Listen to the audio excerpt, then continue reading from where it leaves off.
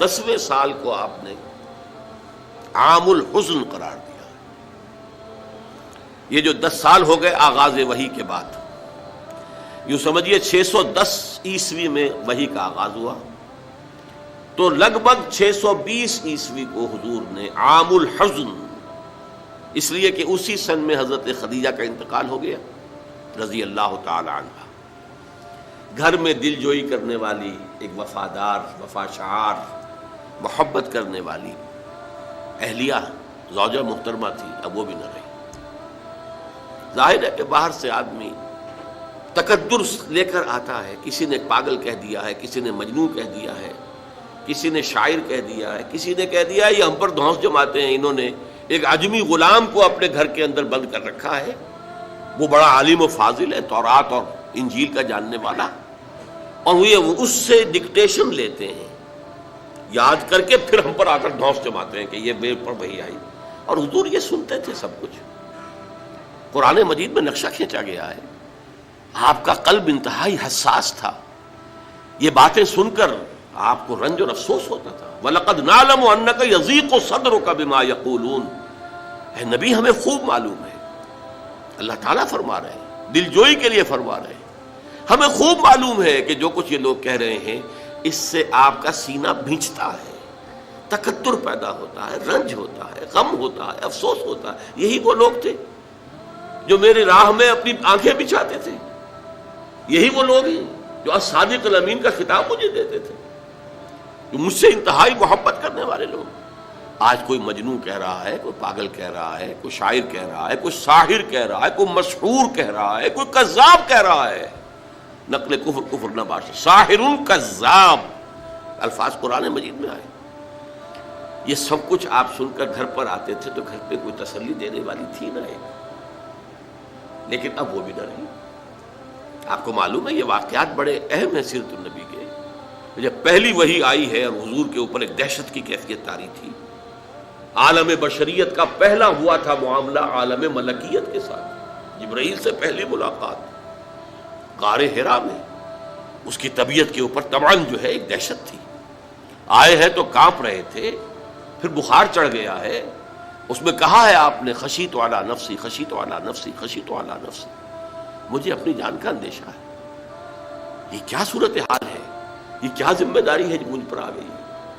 تو وہی تھی، وہی غمخوار بھی تھی، وہی ہمت بندھانے والی بھی تھی، وہی ہے جس نے پہلے تو یہ کہا اللہ آپ کو ضائع نہیں کرے گا، آپ فکر نہ کریں، آپ تو یتیموں کی سرپرستی کرتے ہیں، بیواؤں کی خبرگیری کرتے ہیں، آپ بھوکوں کو کھانا کھلاتے ہیں، غریبوں کی جو ہے خدمت کرتے ہیں، اللہ آپ کو ضائع نہیں کرے گا. اور اس ضمن میں مجھے ایک واقعہ یاد آ رہا ہے.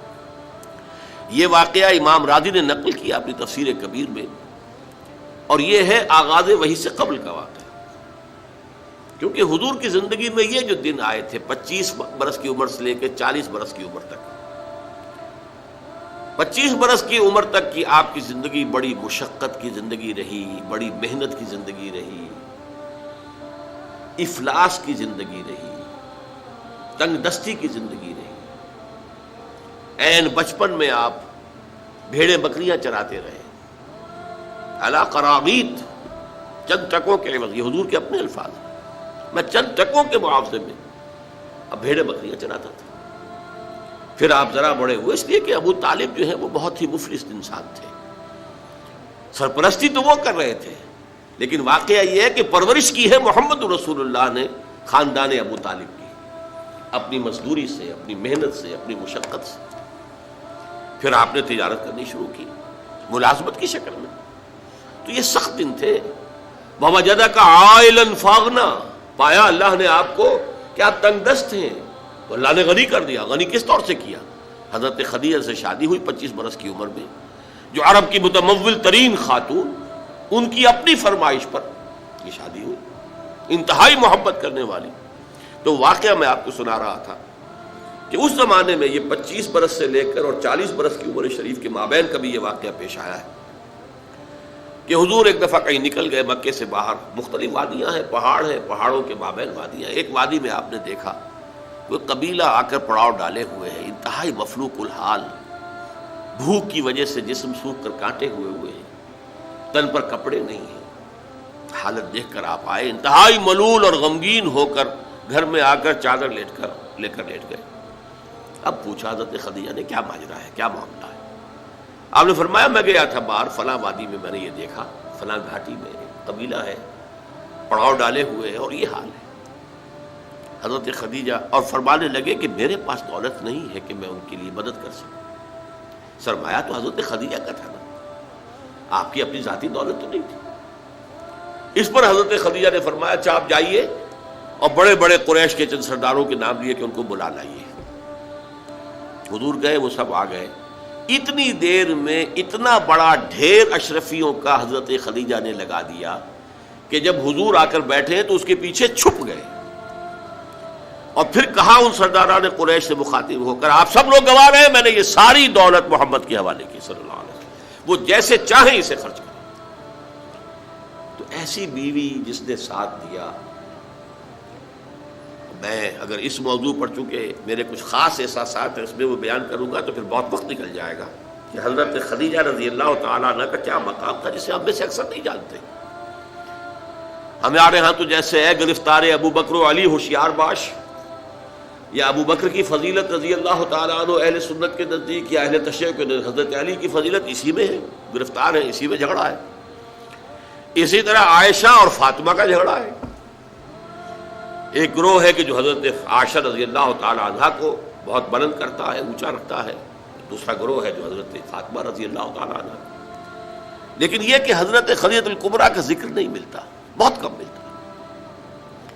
بلکہ میں نے جب ابھی شاید 2-3 سال ہوئے ہیں, جب میں گیا تھا ایران, اور وہاں کے اچھے مشاہدات میں سے تہران کے ایک یہ بھی تھا کہ انہوں نے خالص خواتین کی یونیورسٹی قائم کی. اس کا نام رکھا الجامعۃ الزہراء, حضرت فاطمہ رضی اللہ تعالی عنہا کے نام پر انہوں نے یونیورسٹی قائم کی. تو جب ایک ملاقات میں ان کا وہ ٹاپ کا سٹاف وغیرہ جمع تھا یونیورسٹی کا, میں نے کہا کاش آپ نے اس کا نام جامعۃ الخدیجۃ الکبریٰ رکھا ہوتا تو چونکے.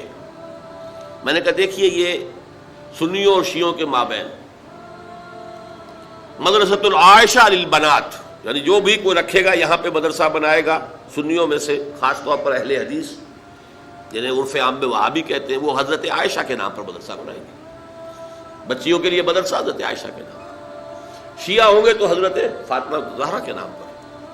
لیکن حضرت فاطمہ کی والدہ حضرت خدیجہ جو صدیقۃ الکبریٰ ہیں, ان کے نام کے ساتھ کبریٰ اس لیے جمع ہوا ہے.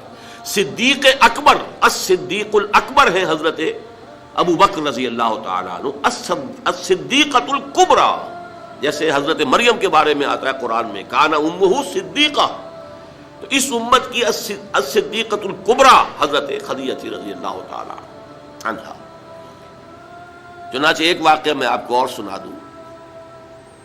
ایک مرتبہ حضور صلی اللہ علیہ وسلم اسی طرح جو بھی نیا تجربہ تھا عالم ملکیت اور عالم بشریت کے درمیان اتصال کا, اور جس کی وجہ سے ایک خوف کی سی کیفیت, ایک تشویش کا سا انداز.